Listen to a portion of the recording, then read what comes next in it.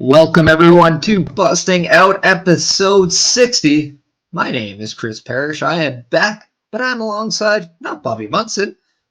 I am back with the voice of spoiler warning, voice of the Friday Night SmackDown watch along, Mr. Tom Colohue. Tom, thank you so much for joining us today. Happy to be here, thrilled to be back involved once again.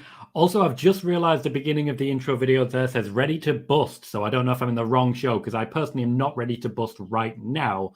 I'll keep myself under control. Don't worry. It's not what you do. It's just a feeling that you. The feeling of busting. It's a feeling, yeah. In the UK, if you're busting, it means you really need to go to the bathroom. I mean, sometimes. Yeah, fair. No, fair. I mean, I think it's a universal saying. It happens. I'm back, people. Get used to it. As we gonna take a time to just shout out the people in the chat. We got Bobby Benito coming in. Thank you, Bobby.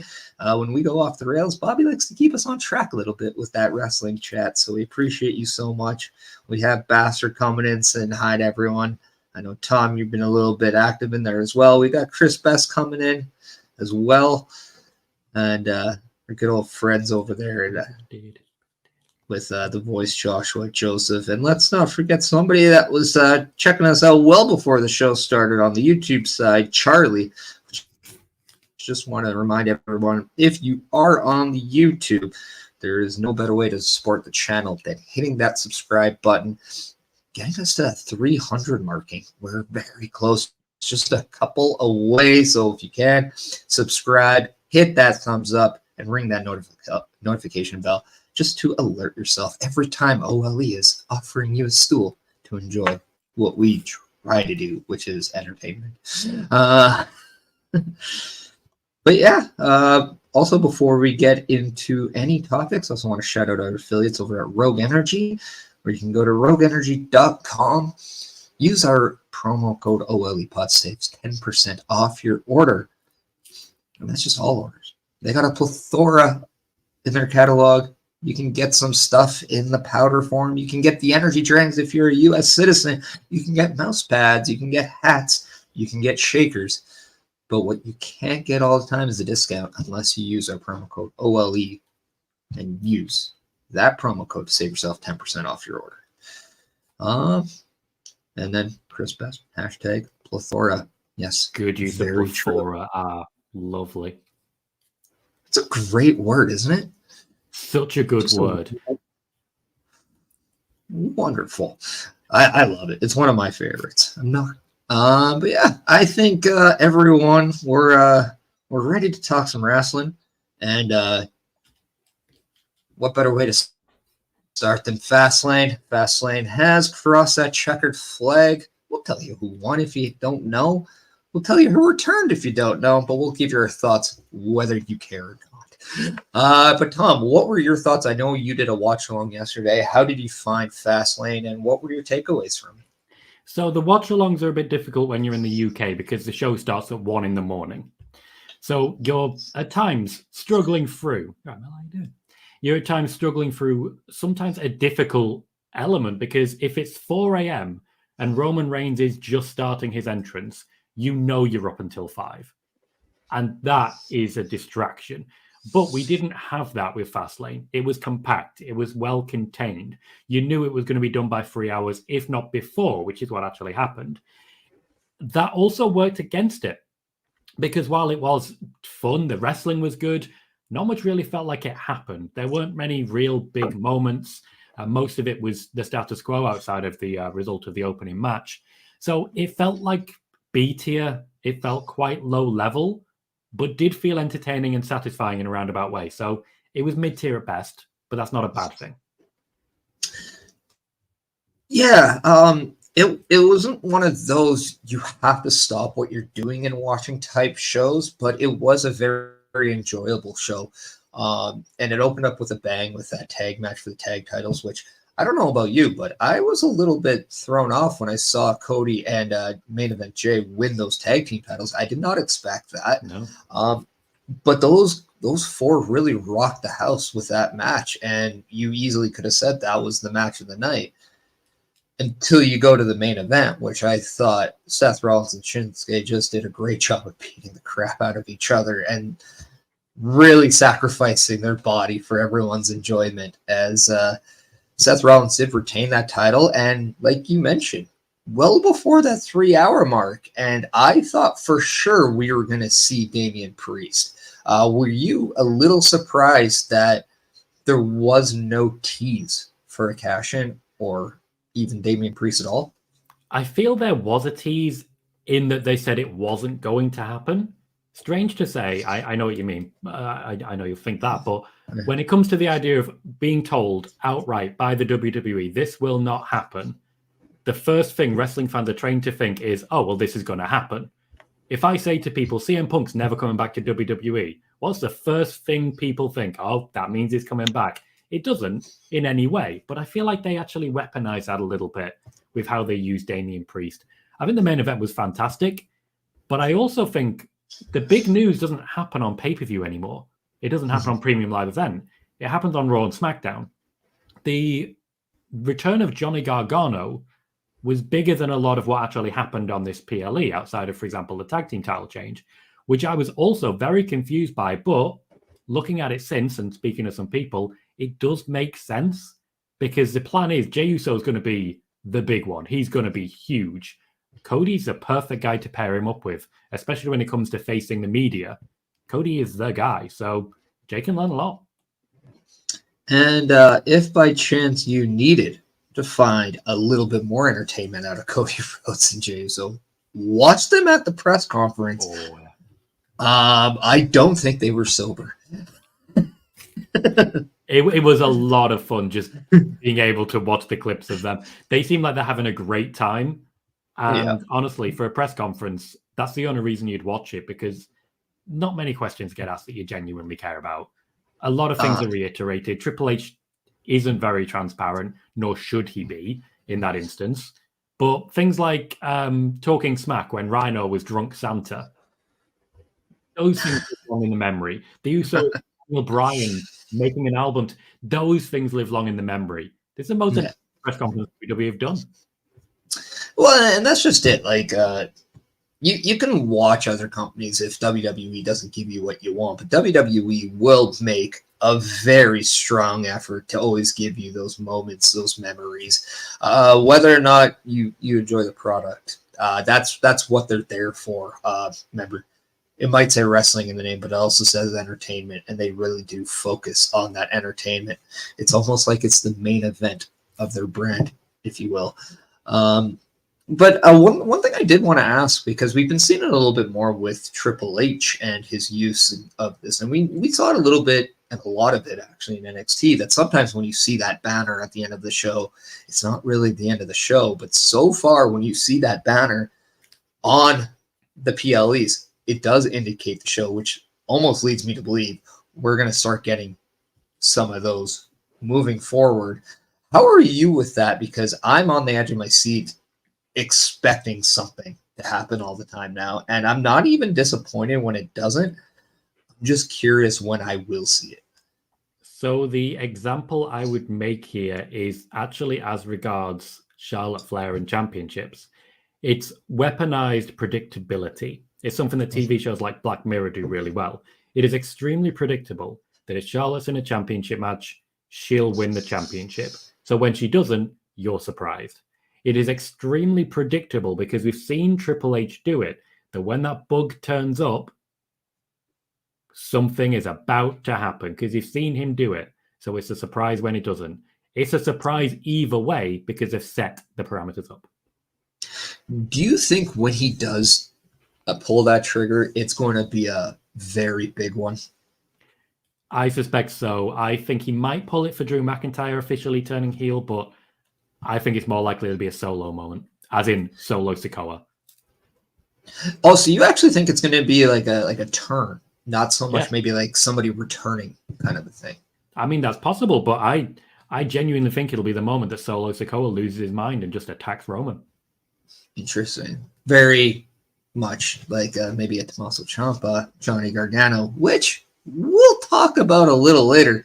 But just to round out the fast lane, we also saw Io Sky retain her championship in that triple threat match against Charlotte and Asuka. We also saw the team of John Cena and LA Knight defeat the team of Jimmy and Solo.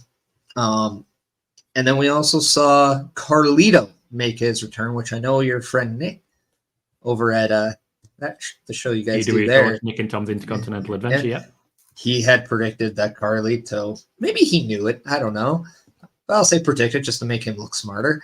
But he did mention Carlito. I know in the comments I said Dragon Lee. I was still hoping for Dragon Lee just so I was right. But yeah, he went on to be that a mystery partner, and they defeated the team of the Street Profits and Bobby Lashley, which I was actually surprised because I thought, given the two male tags, we would have saw the opposite teams win in that one. In terms of the rest of the card, what did you take away from those three matches? Well, to start with, I'll mention Carlito. I was surprised that the heels lost because they do need to start building some momentum. They've just had a change in who they're actually pushing, in the dynamic that they've got. So I felt that the heels would win that one. Carlito was immensely underwhelming to me. He didn't have the same music. He lost a lot of the overall allure of the whole bringing down an apple and so on and so forth, and the characteristics there. And he wrestled for less than a minute and then won the match. It felt a little bit like when the Great Khali helped Jinder Mahal retain the WWE Championship, and then they never saw him again. So I don't know if he's actually back. It was a good moment, certainly, but I don't think it's really as good as it could have been. As regards LA Knight and John Cena, the right people won. That was pretty paint by numbers. Roman's back on Friday, so we'll see how that plays out. And yeah, other than that, the women's triple threat I actually really enjoyed. But I do think they booked Charlotte to such a strong degree that Asuka looked like a complete afterthought. And I wonder if she was technically supposed to be in the match or if they remembered late on that she was available. It was weird because when I was watching that match, and they did play a segment where we saw the arrival of Jade Cargill. I also want to throw that since we're talking about the women's match here. When you're talking afterthought here, the real afterthought I have when I hear so much Jade Cargill, I'm watching this match. I really think Kairi Sane is an afterthought right now. We all know that she signed. But right now, it just seems like nobody seems to be focused on her. And I'm not going to lie, I am psyched to see her come back. I'm psyched to see Jade Cargill as well. And I understand Jade Cargill, bigger star, but I just saw Io, I see Asuka, and the first thing that comes to mind is, oh yeah, Kairi Sane's coming back too. And it really took me by surprise to realize, oh yeah, nobody seems to be focused on it. You don't read anything about her online. You don't see anything posted about it. It's a very quiet thing. But also to get more into that match, I love the finish because I thought the win against Charlotte meant a lot more than Asuka, but I also feel they might be trying to save Io and Asuka a little bit because they really haven't had that true one-on-one rivalry on the main roster yet. So I'm feeling maybe they're trying to save that a little bit for her because, again, maybe Charlotte's primed for something larger herself. I can go into some of that. Charlotte versus Bianca, I expect will be the WrestleMania match. For Kairi Sane, she still has a few things to wrap up. So to my knowledge, she hasn't signed anything as of yet, though the agreement's in place, so she will be doing so. There's two options for WrestleMania for Io Sky. One involves Asuka and Kairi Sane. One involves Bayley. I was firmly in the camp of Asuka versus Io. Then Kairi Sane became available, so I was firmly in the camp of the triple threat. Now I'm firmly in the camp of Bayley. I really like Kairi Sane. I think she'll add a lot to the division when she comes back in. But while they were saving Io Sky versus Asuka, we have now had singles matches. We've now had triple threats. The allure's starting to wear off. And I just don't think they would do that if they're planning a big Mania match. Chris Best commented, I still see Kairi making a surprise return in the Women's Rumble. If you keep talking about it, Chris, it ain't a surprise. But I do agree. I do think the Rumble is probably the best spot. And even timeline-wise, because from what I understood, and maybe you can correct me if I'm incorrect here, but I thought she had signed a contract with WWE, but is finishing outside dates before she rejoins the company. I don't know if that's accurate. Obviously, who's to say now with online? This is why it's important with your sources. Sorry, I had to kid people. Wasn't my main priority. But at the same time, I'm just excited if they're back because I do like the women's division having a little bit of a refresher in the sense of who's the main faces. Somebody put a graphic on the other day comparing, I believe it was Bianca, or I think it was, no, sorry, it was Cora Jade, Lyra Valkyrie, Tiffany Stratton, and I honestly forget who else as possibly the new age four horsewoman.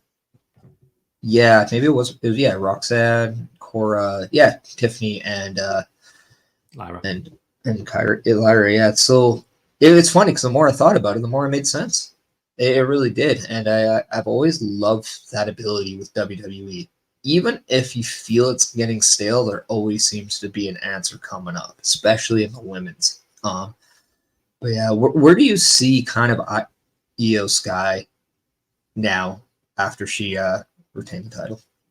I think they're still actively building her and building her credibility. She has better opponents lined up than Rhea Ripley has right now, and it's going to be a bit of a dark time for Rhea Ripley since she's won the championship. We're still waiting for Becky, and that seems to be the only real option. I think Jade Cargill will add to that when she debuts on Raw. When it comes to SmackDown, Io Sky has Charlotte, she has Asuka, she has Bianca Belair returning soon, and then she has Bayley potentially to turn against as well. She has big names to wrestle, so there's still a lot of building to be done, but I'm confident they'll do it before WrestleMania, at which point I think she'll lose the championship. All right. I know we touched on a little bit on Jade and DIY, so I'm going to go to a completely other topic just to make that a little bit more fresh. Before we do that, do you mind if I just catch up a little bit on where we were with the chat? There were a few comments I wanted to respond to, if that's okay. Yeah. So Joshua, I can't click on them. Joshua Joseph, 524, says, Pat got my home state a Mania. Can't wait to go. Now, as regards WrestleMania, also there was talk, thank you. Also, there was talk from John Cena of WrestleMania going to the UK. Right now, the WWE have a consistent strategy of essentially making it the highest bidder. So if a country comes in and says, we'll pay you this much for WrestleMania, chances are they'll get it. Saudi notwithstanding, they will probably try. They're drumming up interest from a lot of different states, and they're trying to make it so that they no longer have to book anywhere. Everywhere, including different states, are competing to book them. It is working, and long term, this is why we're seeing the Saudi deal, the UK deal, Puerto Rico, Australia. This is why all of this is happening. So, just so we all can, because we did see John Cena and Grayson Waller do that, bring a WrestleMania to Australia thing. We saw last night Pat McAfee talk about WrestleMania in Indianapolis. In essence, this is going to your point. This is what the WWE is trying to do. They're trying to bring in that on-screen bidding war of WrestleMania. And in your eyes, what have you heard, or just like you, or what have you read, sorry, about who could be the leading candidate for the WrestleMania after Philadelphia? And so there's a lot of competition here for who it might be. I find it likely it'll stay in the US for the foreseeable, but there's a number of different options. China are putting in a pretty strong bid at times to get WWE pay-per-views and PLEs. I've mentioned that a few times. Australia are going to be worthwhile for them, but when it comes to WrestleMania, I don't personally see it leaving US soil outside of potentially another one in Canada at some point. Yeah, if it's in Canada, anywhere but Toronto, please. From a non-Toronto market, we are sick of them getting everything. Another one I did want to touch on was Bobby saying someone at the press conference asked Io Sky if she'd like to wrestle against Taylor Swift. Yeah. That is one of those questions where I feel bad because whoever has asked that has probably been told to ask that so that their outlet can get as much clickbait as possible. Taylor Swift wrestling in WWE, you're going to get hits. It's nothing to do with the WWE, but it'll generate. Yeah. Now, her boyfriend, I think he could possibly dabble in WWE. He's very entertaining. Taylor Swift, I don't think that is a good idea. Yeah, I just don't see that one happening personally. I don't. If people like Taylor Swift, why would he even think about putting her in a ring with, I don't know, Naya. But moving on. that could get people to talk. Just to kind of move away from DIY and J, just so we can make that a little bit more fresh, I'm going to go to the topic of Adam Copeland as fans edging. As I misspelt this a little, I'm going to correct myself on screen. They're edging, and eventually they're going to bust. And now he's all elite as he leaves WWE. Now, we heard Triple H kind of react to this on the press conference, which I thought he did a great job of this. Really kind of brought down any of those, Edge is upset with WWE and things like that. No, they just felt they were both at a completed state with each other. I can't see why there would be animosity. But I think it's just great for wrestling. And I do want to just say, like, as someone that had his career be taken away for something that's out of his control, he not only came back to the company and kind of finished, quote unquote, his story with that company, but he also is doing something that makes him happy so he can end the career on his note. And I don't think anybody should fault him for that. It's weird, very weird seeing his act in AEW, but I'm very happy, and just seeing him and Christian together again just feels right to me. So, but your thoughts? Edge was an interesting story, and it took a while to be told, but it is really just as simple as he wanted certain things, and the WWE didn't feel it was right to offer them, so he said, okay, I might go and apply my trade elsewhere, and they said, okay, we understand. It's that simple. Both sides are extremely supportive of the other, but I don't feel this is a time for Edge to be a world champion. And when it comes to the actual clearance, when it comes to the neck injury, Daniel Bryan, who was cleared after a major injury, has now left the company for AEW. Paige, who was cleared after a major injury, has now left the company for AEW. And Edge, who was cleared after a major injury, has now left the company for AEW. I find it quite interesting that all of the ones who were cleared and returned have now left the company, and they just weren't given the assurances that they were looking for. I think Edge added a lot when it comes to overall star power, brought back a lot of lapsed fans, but ultimately I don't feel he really fits with the landscape of WWE now. It never felt natural to see him in there with Roman Reigns. It felt like two eras clashing.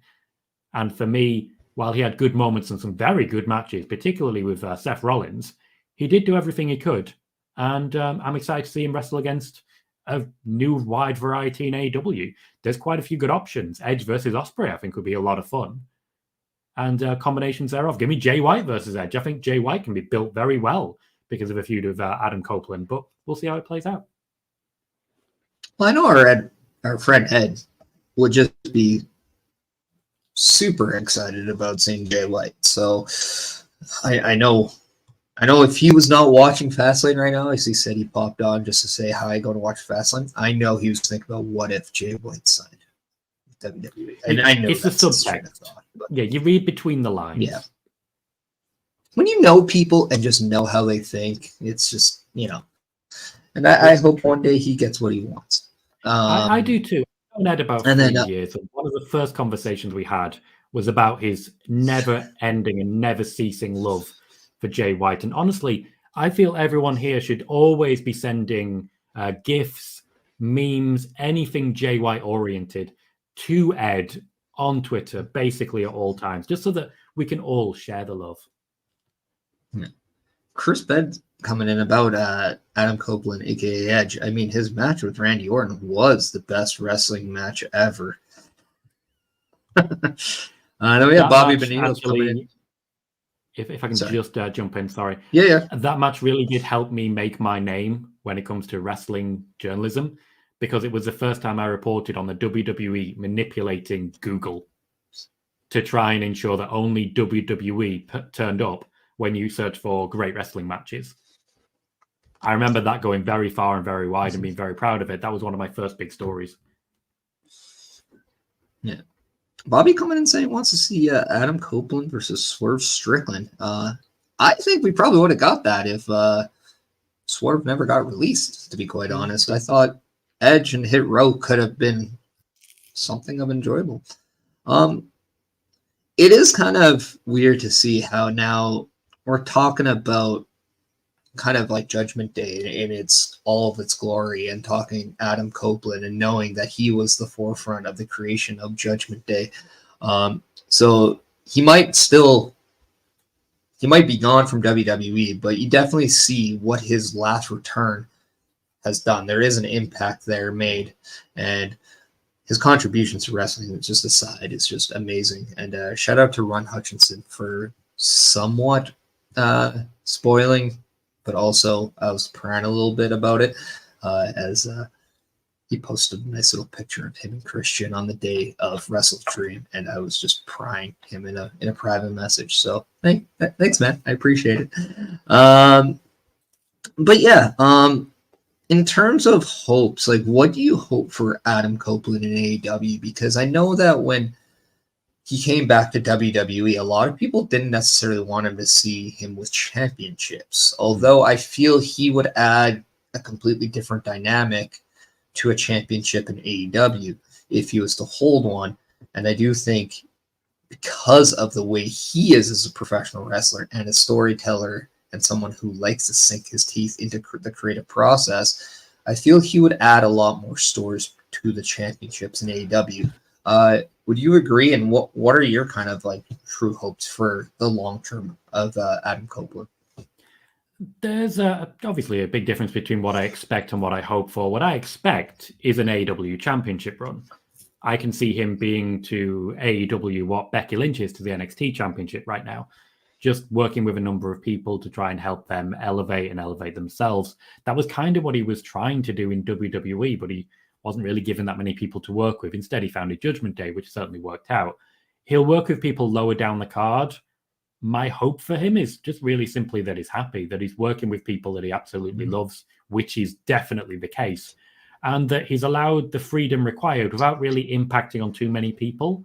One of the downsides that there were between Edge and WWE was that he did sort of end a lot of feuds for people. He did sort of get in the way every now and then of somebody else's story. And I don't know, there were moments where it didn't feel very conclusive. AJ Styles, for example, the Edge AJ Styles feud just sort of withered away, and Edge went from face to heel back to face again too quickly. So consistency and working with people that he loves, that would be more than enough for me. Yeah, no, I completely agree, because I think at this point in time we're now understanding that we're on borrowed time when it comes to Adam Copeland in a professional wrestling ring, and we just want to enjoy what he does instead of, fantasy booking, as you will. Yeah. But we can fantasy book here because that's kind of part of the topic. DIY is together again, as we saw the return, as you mentioned earlier, of Johnny Gargano on Monday Night Raw, as they're set to face and maybe feud with Imperium over the next little bit on the Monday Night Raw brand. But where did we really eventually see them fit in the tag team picture of WWE? And I'm going to add another question. Does the formation of DIY bring back a little bit more certainty to the tag team division in WWE? Right. This might be a bit of a difficult one, but when it comes to fitting into the landscape, I don't think they do. To go into a bit more detail, typically when it comes to WWE releases, Nick Khan puts together a list of cost-benefit analysis, where I mentioned this a few times on my channel, where he works out who costs what benefit they're getting from them, and essentially decides if they're worth it. There will be more people on that list that haven't been fired as of yet. Triple H doesn't have any control over it. So what he can do is increase the benefit. He can't reduce the cost, but he can increase the benefit. That is why I believe we are seeing people like Cameron Grimes on TV more. Why we're seeing Johnny Gargano returning. Now, way back in June, Johnny Gargano was supposed to be facing Seth Rollins for the World Heavyweight Championship. DIY was apparently, compared to the reports coming out, according to the reports coming out about it, going to be reuniting at that time. And I did report on that time, Vince McMahon himself got in the way there. I think Triple H is using this to try and protect Johnny Gargano a little bit. I like the idea of them working against Imperium. It keeps Gunter in prominence without necessarily relying on him week in, week out. I think maybe there'll be a bit more of the way. Dexter Lumis versus Gunter. There's an opportunity here for him to be a bit of an equalizer. But ultimately, I'm concerned here because the tag division, particularly now with Jey Uso and Cody Rhodes as champions, there's no room there for DIY. And they're coming in very low down the card because you've got Street Profits, you've got Judgment Day, you have Kevin Owens and Sami Zayn, now you have Cody Rhodes and Jey Uso. That's kind of it, because under Triple H, tag team wrestling's dead. Interesting. This is why I would like to see a little bit more of the multi-tag team matches happen. We did see back in the day the first, and this is going way back, but the first ever Elimination Chamber involving the tag team championships. I would love it if they did something similar to that on the next Elimination Chamber. I think a title or an act is only as good as the usage that they are on screen. And as you kind of pointed out, if we see them all the time, it's going to up their value. Bobby, also coming in with New Day. Thank you, Bobby.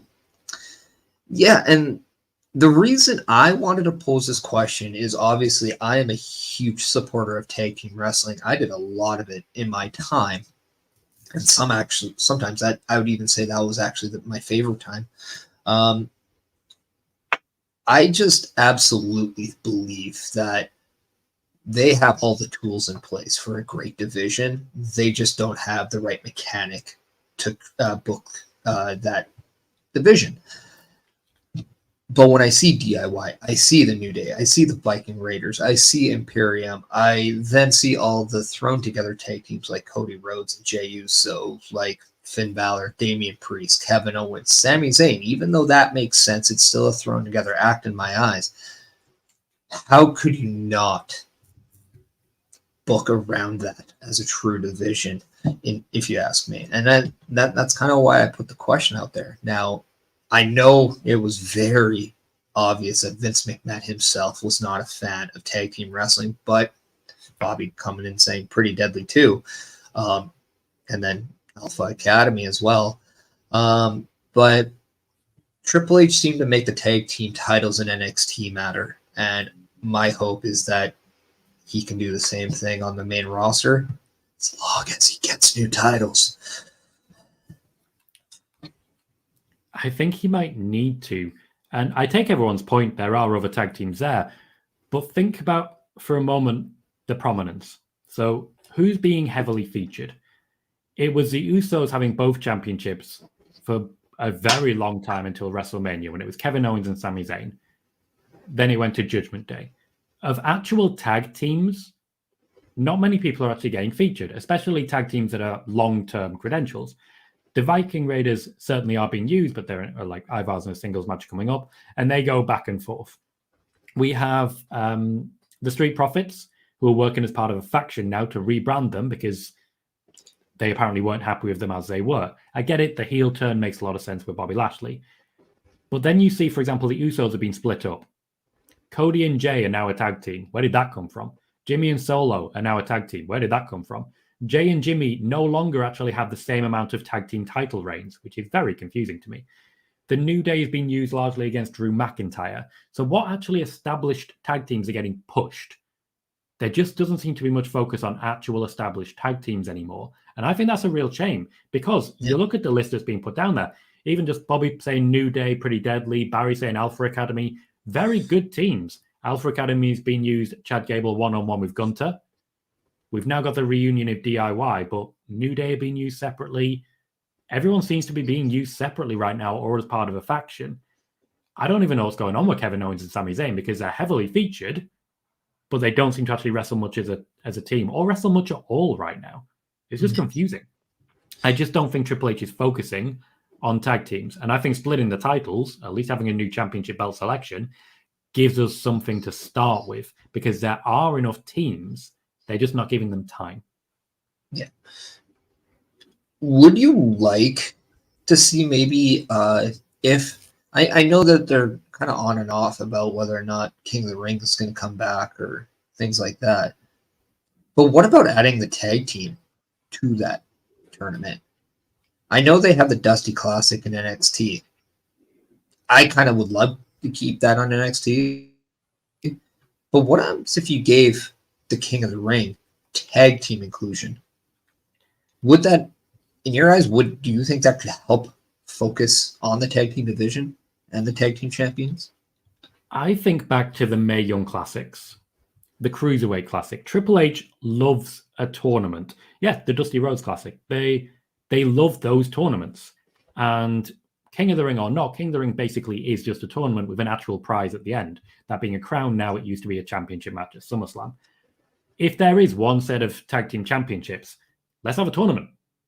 You've got enough teams. Let's have 8 teams, 2 brackets, 1 Raw, 1 SmackDown, 4 teams from each side, and then they go up against the tag team champions. That gives us a chance to rebuild some of those teams. That gives us a chance to see where they are in the landscape of wrestling. That gives me a chance to watch Los Lotharios wrestle again because I really liked those guys, and they just don't feature anymore. It's one of the reasons I think that Hit Row's been broken up. I feel like they need to rebuild the tag division. Tournament's a great way to do it. They have the infrastructure that they can do it on NXT. They can do it Raw, SmackDown. They can do it wherever they want. They can do it as network exclusive, Peacock exclusive. They can do whatever they want. They just have to actually do it. And that's where it's all fallen down. You said the Peacock exclusive, and I thought that was something that maybe just over the last little while, maybe even when they still had the network running wild sorry, I made a Hulk Hogan reference. I did not mean to do that. But when the network was the juggernaut that it was before the Peacock deal came in, I think I just said cock came in. Oh my God. Thinking about Hulk Hogan again, weren't you? Definitely not. But I felt the missed opportunity. We saw the halftime heat. We saw a lot of these. I thought the big thing was they didn't execute those exclusive things. We saw the first ever women's pay-per-view, and we're like, okay, when's the second one coming? Why can't we do something like that with individual championships, whether it's like a tag team pay-per-view, nothing but tag team matches, something like that, where it's just a completely different show. I thought that was something that the network gave you that I just don't think ever gotten really used. And now with Peacock, could be the same thing. But we see all these interviews and all these exclusive interviews with people, the Cody one, Kurt Angle. But why can't we get exclusive one-time only shows or something like that? I don't see any reason why not. I'd say the infrastructure is there and they just need someone to actually book it. Triple H is in charge of creative right now and he's not doing what he used to. Triple H, if you need help, man, just ask. I could use a bigger paycheck.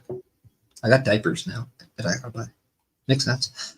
But speaking of anything but diapers, we got something that can make you whine like a baby in excitement because as we talked about last night at Fastlane, the arrival of Jade Cargill in WWE. Yeah, we were talking Fastlane. I'll take you around some weird curves. Yeah, that was a segue and a half. Yeah.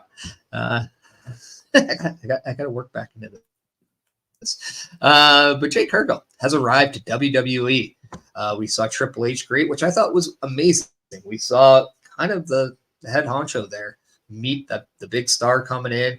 She is treated like the biggest star. I don't remember probably the last name that was really featured the way Jade Cargill was. And I do think this is WWE saying, hey, look, without even a match, we're going to make Jade Cargill a bigger entity than what you did over on the other side. But just your thoughts so far on the presentation, the appearance of Jade Cargill in WWE, and really the impact you think she can make, because I know there was a vote in WWE saying, who do you want to see your face? And Bianca Belair won that vote. But to go back, there's a plethora of people she can work with. Who would you like to see her work with? And what do you think about Jade Cargill so far? Well, firstly, I need to start by saying good use of plethora once again. You are nailing it. I'm so... It just makes me feel like I'm in the exact right place when people are throwing words out like that. Secondly, the last person to get this sort of push, Cody Rhodes. There is a message being sent as regards Jade Cargill, and it's a real simple one. If you're in AEW and WWE wants you, this is what you get if you say yes. They made a statement when they signed one of the founders of the company. The guy who started it all came back to WWE, and now they're taking the future. There was a time when they were losing Adam Cole, Daniel Bryan. They were losing huge names, WWE, to AEW. Those days are over. That is a statement that they're making. They got what they considered at least to be your top guy. Moxley, technically the top guy, but you get what I mean. And now they're taking the future as well. This is a difficult moment for AEW because if WWE do use her well, and you're an AEW wrestler who's maybe not 100% happy, you're going to cast your eyes elsewhere. The grass might just be greener elsewhere. That's what they're saying right now. And Jade Cargill's going to hit the ground running. She's going to hit the ground running hard. And my expectation is that she'll probably start off against someone like Nia Jax, throw her around a bit, squash her a little bit, and then move to people like Charlotte Flair. But personally, I'm excited to see what she's going to do, but I think this is going to be an absolutely massive signing because the WWE will make it absolutely massive regardless of anything else that happens. Yeah, and I think the one thing the women division was probably looking for was a gigantic star that could hang with the Charlotte Flairs, the Becky Lynches, the Bianca Belairs, the Rhea Ripleys, who I think are the four biggest names in that division. But at the same time, they wanted something fresh. Yes, Rhea Ripley is only 26. And Bianca Belair, in terms of years in WWE, still fairly young. But you still wanted that something else. Because in order to make this division the biggest, and there's a great amount of women divisions, a plethora of divisions, if you will, around the world, Jade Cargill just adds that extra bonus. When you can get 5 of maybe the top 10 or the top whatever acts, I think you're doing all right. Not to mention just the unknown so far, Jade Cargill. What is her music going to sound like? How is she going to truly act? Is she going to wrestle the same way that she did in AEW, or will she change things up? We know she's been at the PC. We know that she's been working her tail off because that's all people within the company have been saying about her. Triple H even saying in the press conference, not only wants to come in and be a part of the team, she wants to drive the team, which says a lot about someone. So I think it's very interesting, not only about Jade Cargill being there, but what she's capable of doing. She's still fairly young herself in the wrestling business, but I think she's in the best scenario she's ever been. I would agree with that. I'm very excited to see what they do. It's going to be one of those moments that we've kind of been waiting for a long time. Debuts don't hit as hard anymore under Triple H. Most debuts are call-ups, so they have a bit of momentum, but they're not really used in the same way. So it's nice to see someone come in and immediately be dropped in at the very top. I think since Cody, before that, it was maybe Dominic Mysterio, and before that, AJ Styles, the ones who just came in and were big from the off. You don't see that anymore. So it does feel unique. It does feel different. And I think it's one of those where Bianca Belair seems the obvious choice. They share some similarities as regards the power and the wrestling style. But overall, I really think you're going to be looking at a Charlotte Flair as well. Similarly, the power, the speed, the height to play into.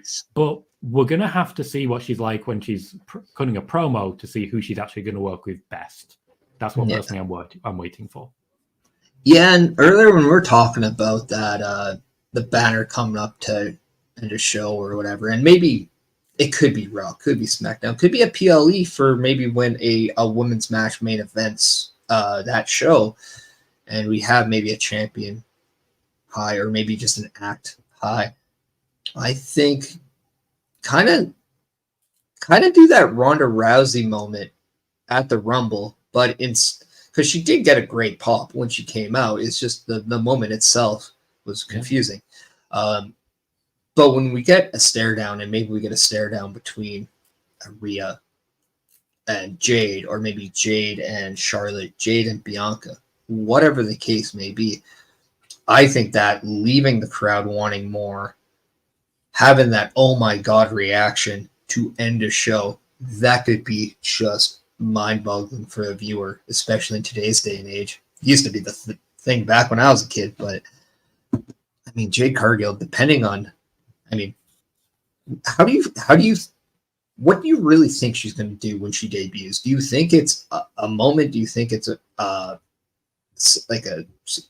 maybe a Rumble? Like, what do you think is her, or the ideal debut for Jade Cargill in WWE?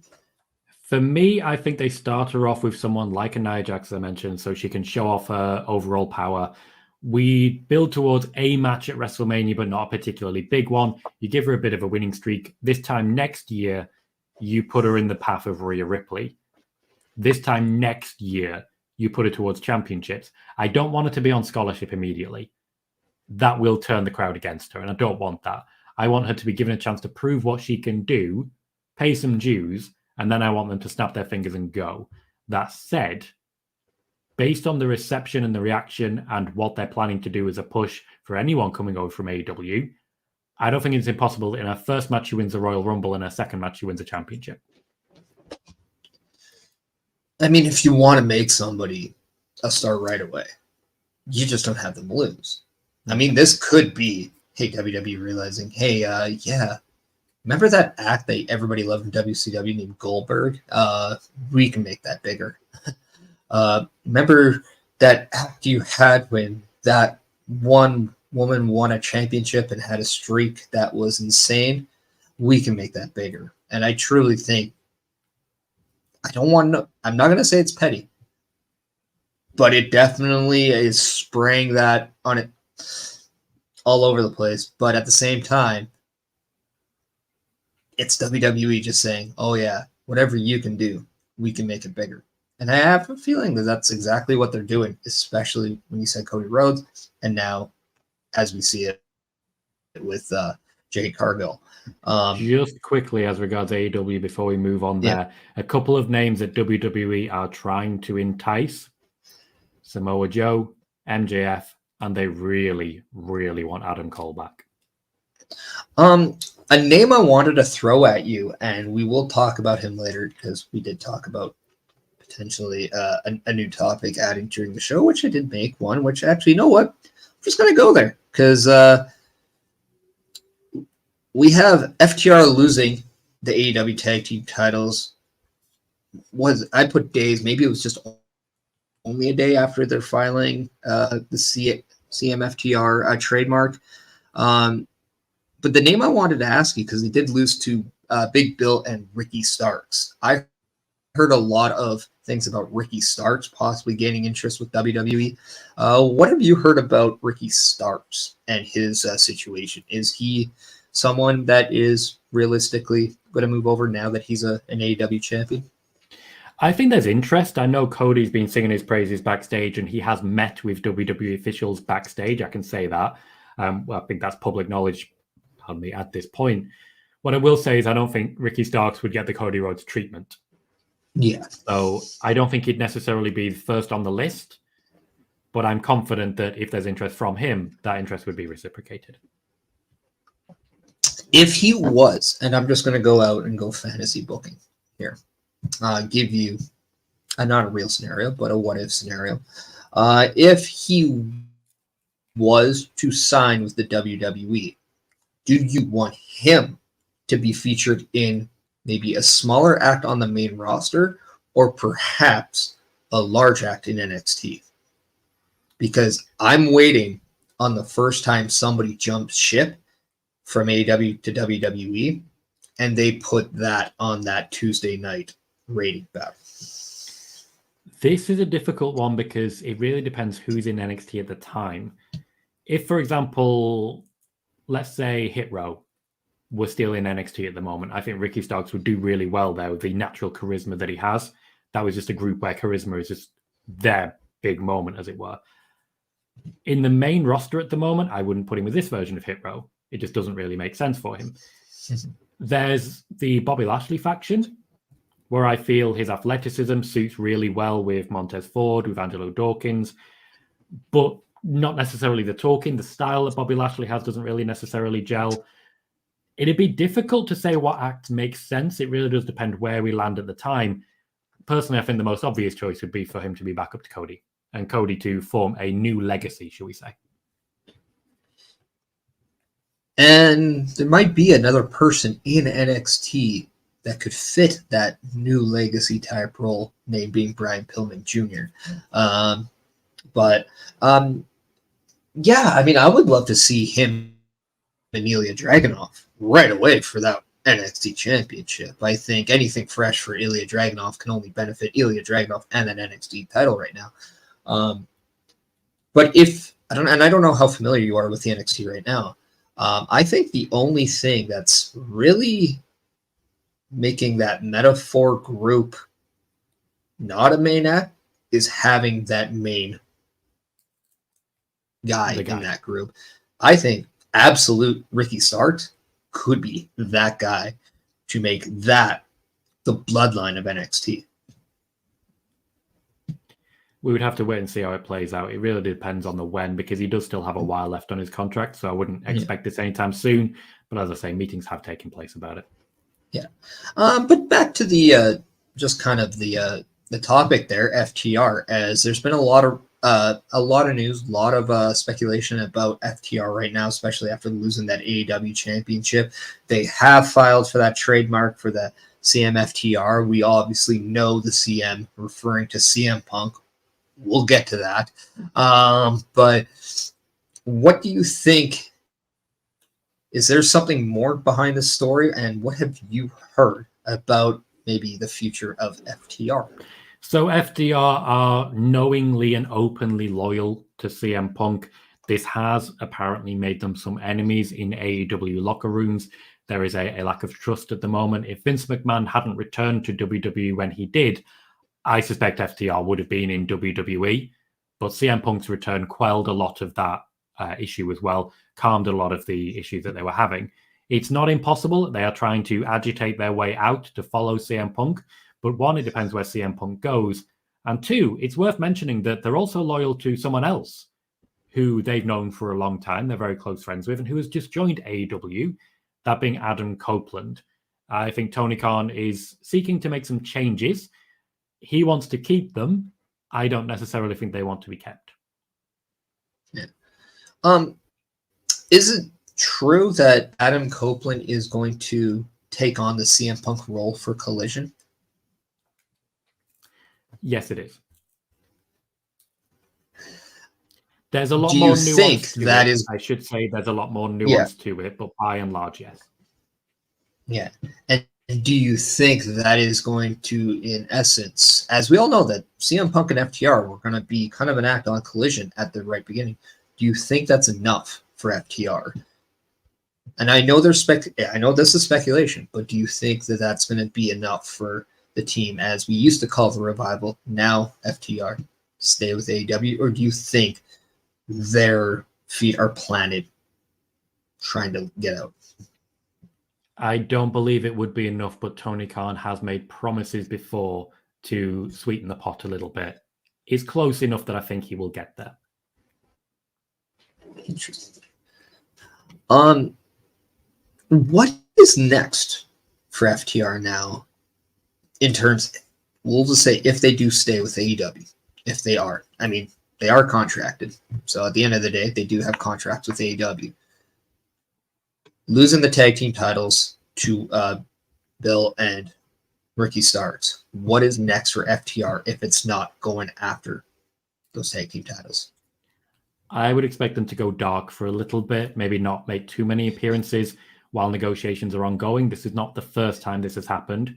In the build-up to signing these latest contracts, they went dark for a little bit, primarily because Tony Khan just didn't seem to want to use them too much. The tag team championships have defined FTR in that if they don't have them, they tend not to make appearances. But I think a lot of the rotation that happens on AEW TV works against FTR. There's a lot of acts there that want a lot more focus. They're not going to get it under this AEW regimen just because of the rotation and the roster that they have. Interesting note. This is kind of the time we like to play our calendar. However, there's not been an update or updation to it as of right now. So I'm going to play last week's for everyone. But when it comes to the date, just add 7 to it, indicating it's all the same shows for the most part. I will let you know if there's any changes, if especially if people want to let me know if there are changes. But I'll let you know. But here is the calendar for OLE right now on what we have coming up, even though the dates are indicating what we just did. Enjoy.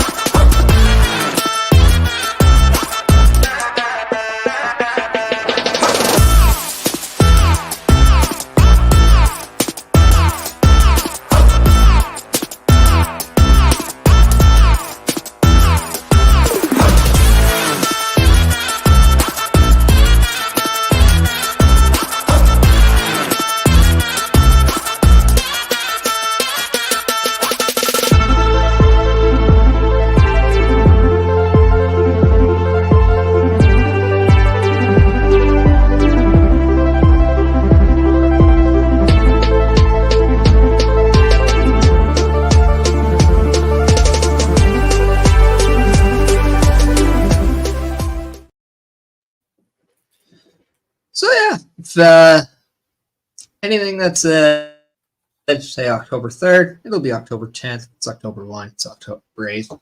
You guys are smart. You guys can do math.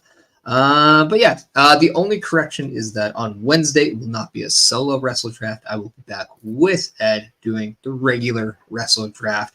As the last time you saw us together, I overtook him for a second. I have more fans than him now. I have more money.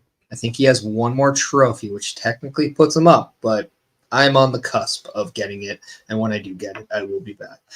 Bischoff is a bastard, and that is all. But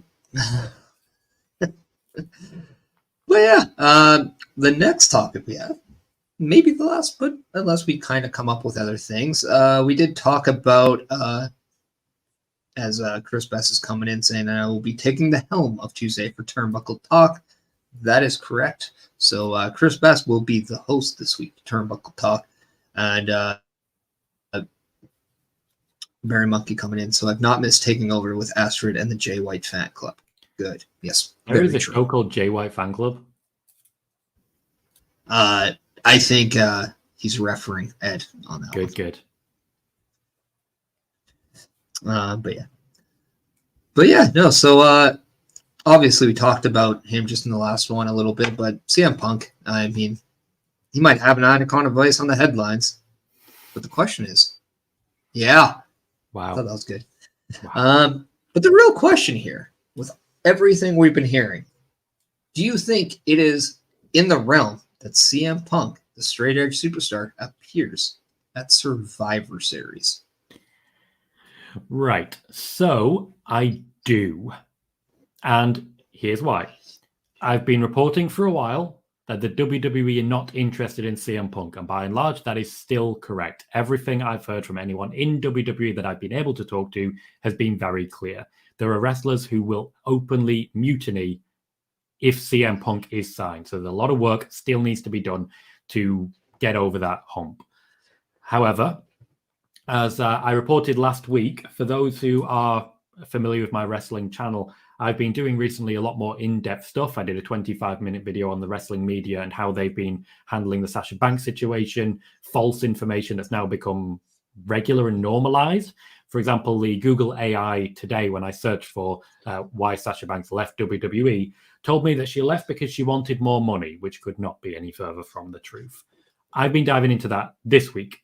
Last week, we dived into CM Punk, particularly how he's using one certain arm of wrestling media to create hype, to create interest, and to communicate to the WWE, well, the fans want me, the wrestlers want me, so you want me too, don't you? It's a similar tactic to what's been used by Alberto Del Rio in the past, Goldberg in the past, and Ryback in the past.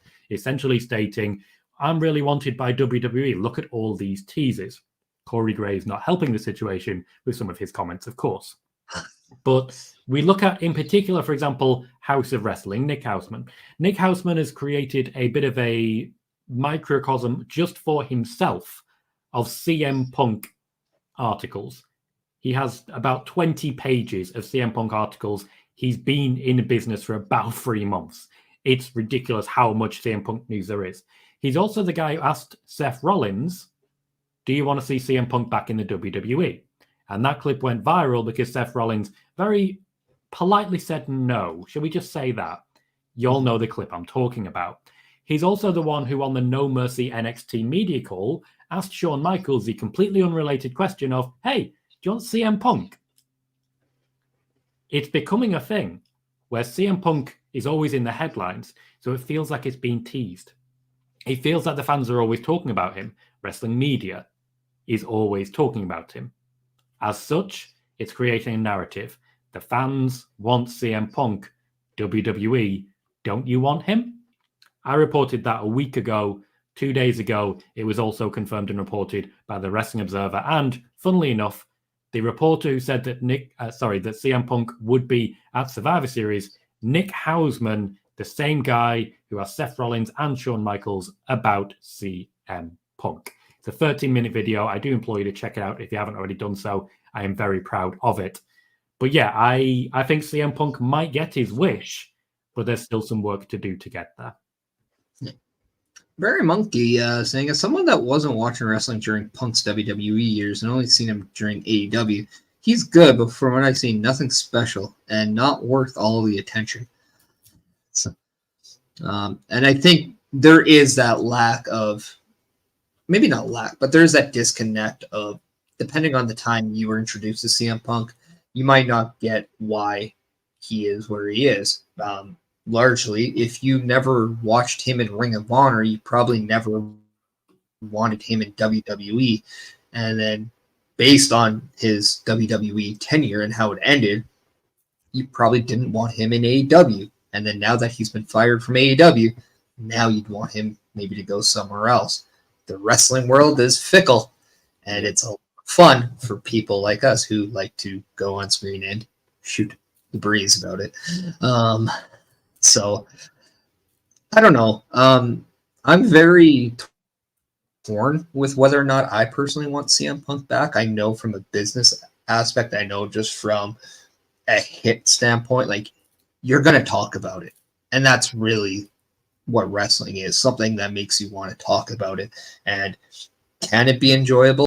Sure. Are there matches that I would like to maybe see? Yeah, I can probably name a few. It'd be very interesting to see Triple H, of all people, bring back CM Punk. I don't think I have to say the irony behind that is hilarious to me, but also how much Triple H, at that point, if he does do that, how much he really does resemble his father-in-law in putting aside personal relationships for business decisions. Because Vince McMahon, you can say whatever you want about him, he knew how to separate those two issues. But yeah, I don't know. Do I want to see CM Punk back? Or do I want to see maybe someone else take that position and roll with it? Maybe I want to see a Gunther be a top guy instead of seeing CM Punk. Maybe I want to see Drew McIntyre get his flowers in front of a live crowd with the WWE Championship instead of CM Punk? It's hard to say because at the end of the day, you bring in somebody, that means one other person at the very least isn't getting that TV time. So again, I'm torn on whether or not I want it or not. As regards CM Punk, he is there's so much here. So I said when he first signed with AEW, he was a flight risk because this was always going to happen. And I mean that from the bottom of my heart. This was always going to happen. From day one, this was coming. And I've seen a lot of people say, oh, if he was in WWE, he'd behave. No. From day one in WWE, we'd be waiting for this to happen. And it would. It would happen. Because here's the thing. The secret of CM Punk's success is this. The reason CM Punk has this fan base is because he was angry on screen at Vince McMahon because he held the establishment to account. And who is the establishment? Anyone who isn't CM Punk. You can get behind the guy because he has his opinions, he has his morals, he has his beliefs, and he fights for them. That was his entire character in WWE because that is exactly who he is as a person. That is why he gets into fights backstage. That's why he gets fired. That's why he walks out. That's why everybody wants him in wrestling companies. They want to see this angry guy taking on the establishment, taking on the elite. Quite literally taking on the elite, even before we factor in he wants to take on the elite. And when he went to All Elite Wrestling, you know he was eventually going to turn on Tony Khan. That's who he is. That's why he was brought in. Tony Khan will deny it till the end of time. But if you hire CM Punk, you know who CM Punk is, and you know what's eventually going to happen. If Triple H brings in CM Punk, it'll be for one thing. He'll have one match at Survivor Series. It'll be the 97 screw job all over again. It'll be in headlines forever, and Triple H will be laughing his way to the bank. If he doesn't do that, it is a huge mistake from Triple H. That is the only reason he should come back to WWE, because the second he steps foot in WWE soil, the clock starts ticking until he goes on the attack again. That's it. That's who he is as a person. After all this time, I thought when he looked at his watch, it was clobbering time. Huh. Fool me once. It is clobbering time for whoever is in his path, even backstage. Yeah. Weird question, but if CM Punk was to go back to WWE, do you think by that we will see, as we talk, maybe an FTR want back, but do you think WWE would try to bring back AJ Lee in any capacity? Try, yes. Succeed, no. I'm not aware of her having any interest in returning to wrestling. A fun one here.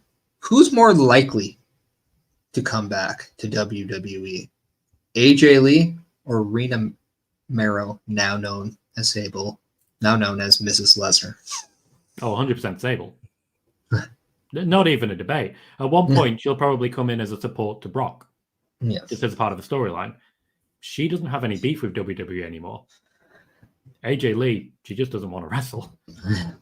No, I mean, I thought with somebody like Dana Warrior being released from the WWE, if they wanted a female presence to kind of go with that, I was thinking, who better really with kind of the outside wrestling and just somebody who has gone out of their way to talk about what the human body and what the human mind can take on outside of pro wrestling. And what better female than AJ Lee to be there to kind of be that spokesperson? Not to be too political here, but AJ Lee is just far too political for them, far too liberal Fair for enough. them, and doesn't fit what is generally a conservative caucus in the WWE boardroom. Fair enough. I mean, it's always nice to kind of come up with ideas, but then also feed them through people. But yeah, Tom, I'm going to kind of throw this. We've been kind of doing this lately before I did take a little bit of time of absence off. We've been taking the time to kind of just have an open forum on whether or not our audience wants to come up and talk about anything, or even if you yourself have things that maybe you want to discuss, because we are done with our necessary set aligned topics, but is there anything else in the world of pro wrestling or that happened in this week of pro wrestling that caught your eye and you do want to talk a little bit about? I think the downside of both of us being content creators is that we sort of hoard our information and our topics at times. I obviously have spoiler warning tomorrow, and I will have things to talk about then. So at this point, I am going to let it lie on that one. But I'll see if anyone else has anything to come up. You know me, I like to bounce off whatever questions come in as well. All right. All right. As we give maybe the audience some time to kind of come up with things, Tom, if you don't mind, maybe let us know kind of. Obviously, the banner is going to tell us where we can find you, but also, if you can, maybe educate our audience a little bit more about spoiler warning and your watch along a little bit. Yeah, thank you very kindly for the opportunity to do that. Spoiler Warning is a show that's been running for nearly 3 years now. We have done almost 300 installments of Spoiler Warning. They take place for roughly an hour every Monday and Friday. We share exclusive news that you don't find anywhere else. Quite often you'll see a report come out from Spoiler Warning, and then a couple of days later you'll see it from a Dave Meltzer, a Sean Ross Sapp, a Peter Insider, I can't remember, Mike Johnson, etc. The CM Punk news last week, which surfaced from other wrestling journalists on Friday and was confirmed by them as a example of that. But it's also things like reporting Drew McIntyre would be returning in the build-up to SummerSlam to take on Gunter. That was reported a month ahead of time as well. Spoiler Warning is also designed to be an interactive show. So if you have questions, I'll either try and answer them with the information that I've got, or I'll say, I don't know, and I'll start asking people. So it's a user-led wrestling journalism show. Quite often as well, I'm asked to comment on different reports. If you bring me a source, usually I'll be able to give you more information. For example, I was brought the source Zero News that Randy Orton would be returning during last night's Fastlane to turn heel against Jey Uso. As I'm sure you can imagine, my response was not exactly positive to that. That was during the Fastlane watch party last night. We are trying to create an accountable space where you can bring accurate wrestling journalism and just respect the actual work that journalists do. And I take pride in the fact that Spoiler Warning is the most well-informed chat in wrestling. We have ourselves newsrooms. During the releases, we were ensuring all information went into the Discord, and then Sai, a mod of mine, was essentially feeding it to me, checking it and fact-checking it. We take great pride, and I appreciate that, Chris. That's very rewarding to hear. We take great pride in ensuring that we are given as clear a picture as possible, which is why I'm enjoying making the CM Punk video, the Sasha Banks video, where we can look in context, for Sasha Banks at least, over the last 5 years, and ask the question of whether or not she wanted to leave because of what happened in the last year or because of what happened 5 years ago. So, with that being out there, if by chance we haven't seen it, do you think it is possible for a Sasha Banks WWE reunion? I'm not asking if you think she will rejoin. I'm asking, do you think that's possible? Yes, I do. Primarily because there have been ongoing conversations with Triple H and, in fact, with Stephanie McMahon when she was still in the CEO or co-CEO position. I don't think Mercedes is particularly interested right now, but there are many, many years ahead of her, and I think she'll be wrestling for a while yet. I would not be surprised to see her wrestle Jade Cargill in WWE within the next 5 years. Do you think Jade Cargill is going to be one of those acts on the female side that a lot of people may have thought about going to AEW to work, but now that she's WWE bound, they might have hesitation on either maybe leaving a WWE or maybe potentially rejoining WWE? Yes, I do. Much was the same with Cody.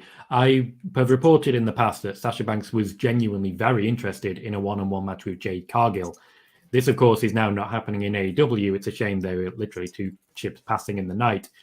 But I do expect that match will eventually happen. It just won't happen on AEW soil. I don't see Jade Cargill going back to AEW. I do see Sasha Banks returning to Sasha Banks. Oh, this is a good question. Alex Pyrrhus is coming in asking, what will happen to PCO and Sammy Callahan? Do you know anything about potentially their futures? PCO, I'm not sure about, haven't heard much. I'm not aware of major interest elsewhere. Sammy Callahan, there is talk of Triple H being interested in bringing him in. Beyond that, I'm not really sure. I don't really follow Impact as well as I should. I don't have the sources there. So I just can't really share much because I don't know much. But there's definitely interest in Sammy Callahan. PCO, I don't believe there is. Yeah. I'm still blown away just by the age of PCO and just what he was able to accomplish. I wouldn't put it out of the realm that he might just limit his schedule. I don't know if that's possible. I don't know him very well. This is just my speculation. There's no source of truth to that. It's just as someone that once did wrestle, man, sometimes your body just tells you no more. Chris coming and saying we are in a world of never say never when it comes to pro wrestling, and that's just it. The meme that Nobody's really ever done. The meme that we landed on for spoiler warning is that everything is on the table. Yeah. Yeah, so I don't know. It looks like the chat might be a little bit dry in terms of new topics. I do just want to take the time to say thank you once again for coming on and kind of replacing Bobby for at least a week. Just want to also let you know that if you ever want to come back on, all you have to do is ask. We have a stool with your name on it, especially over at the bus station. Once again, people, if you want to go check out Tom, you can follow him on the X, on the Twitch, on YouTube. Go check out Spoiler Warnings Monday and Friday at 10 p.m. BST, 5 p.m. Eastern Time. SmackDown Watch Along Fridays at 1 a.m. BST and 8 p.m. Eastern Time. Man, these time zones are absolutely insane. It was actually a funny story. I was actually in Eastern time about a month ago, and I'm doing a lot of the kind of tweets about it to the point where I'm used to being 2 hours behind Eastern time, and I'm using that as my time. And I'm like, no, wait a second. I didn't have to change anything. I was right. It was just weird for me to actually be. I was just always adding 2 hours to the time.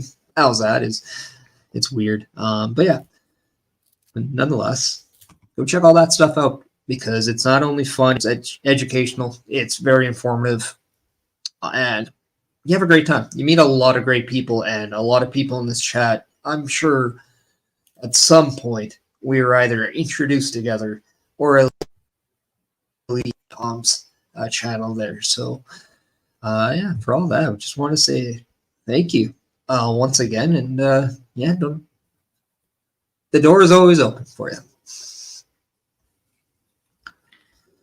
Thank you very much as ever. It is my fourth time on now. I do remember tuning in and jumping onto a post show at like 5 a.m. with you. Yeah, that was an experience. But yes, apologies as ever for not making the last one. That was completely freak accident. But I've always really enjoyed it. So what can I say? Man likes to bust. Awesome. And for me, you can follow me on my X at Chris Parrish, my Instagram, my threads as well at Chris.Parrish. My Twitch and my Kicker up there. My YouTube's up there.